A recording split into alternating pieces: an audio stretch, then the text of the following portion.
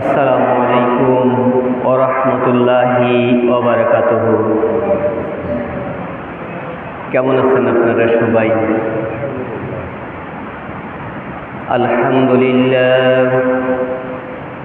আলহামদুলিল্লাহ নাহমাদুহু ওয়া নাস্তাঈনুহু ওয়া নাস্তাগফিরুহু ওয়া নু'মিনু বিহি ওয়া নাতাওয়াক্কালু আলাইহি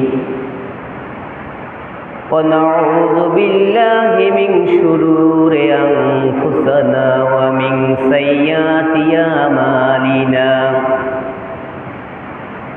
من يهده الله فلا مضل له ومن يضلله فلا هادي له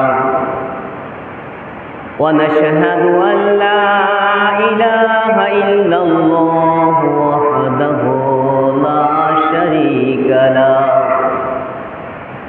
ونشهد أن سندنا وحبيبنا وطبيبنا ومولانا محمدا عبده ورسوله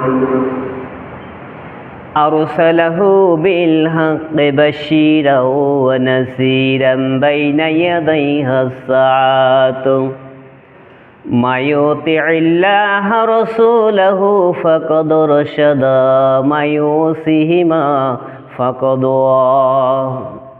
فقد قال الله تعالى في كلامه المجيد وفرقانه الحميد فأعوذ بالله من الشيطان الرجيم بسم الله الرحمن الرحيم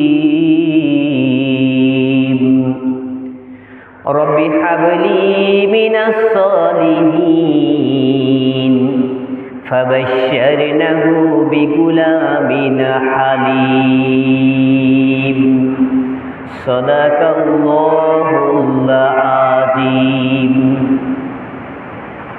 بسم الله الرحمن الرحيم قال رسول الله صلى الله عليه وسلم إنما الأعمال بالنيات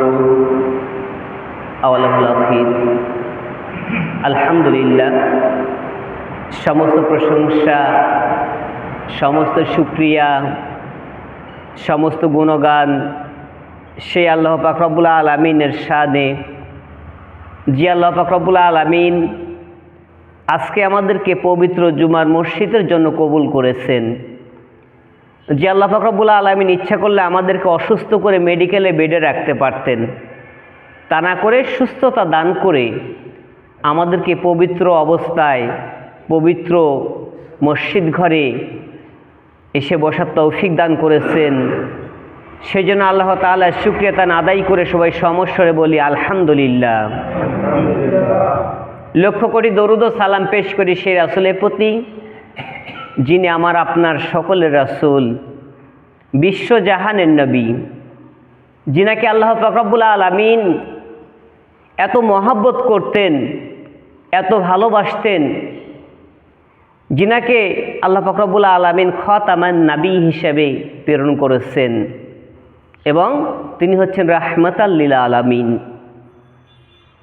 তাফসিরের মধ্যে এমনটা এসেছে, হুজুর আকরাম সাল্লাল্লাহু আলাইহি সাল্লাম মসজিদে নববীতে বসে আছেন।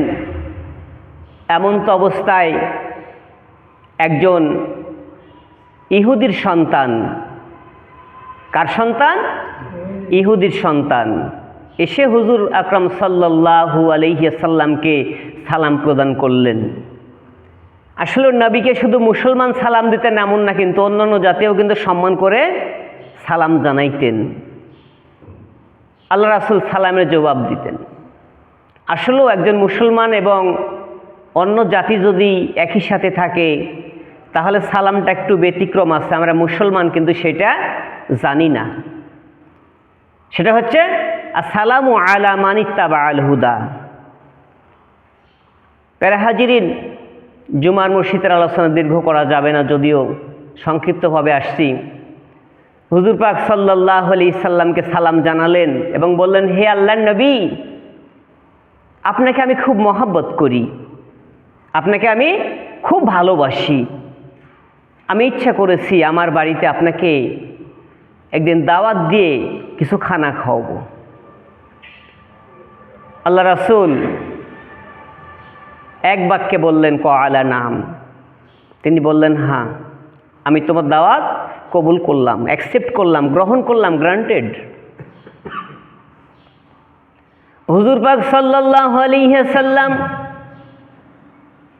পরের দিন জোহরের নামাজ শেষ করলেন মসজিদে নববীতে।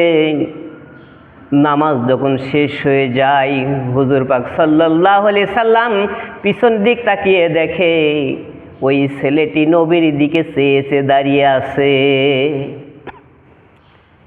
আল্লাহ রাসূল আবু বকর, ওমর, ওসমান, আলী সবাইরে বললেন, তোমরা বসো, আমি আসছি। আল্লাহ রাসূল বাহির হয়ে চলে গেলেন। আল্লাহর নবী যখন বাহির হয়ে চলে যায়, ওই ছোট্ট সন্তানের হাত ধরে আস্তে আস্তে ইহুদির বাড়ির দিকে চলে যায়। আল্লাহর নবী ইহুদির বাড়ির ডান পাশে দাঁড়িয়ে গেলেন, সালাম প্রদান করলেন। ও মুসলমান, এখানে আমাদের শিক্ষাটা হলো এই, আমরা যদি কোনো বাড়িতে যাই, বাড়ির ডান পাশে দাঁড়িয়ে আমাদেরকে সালাম দিতে হবে।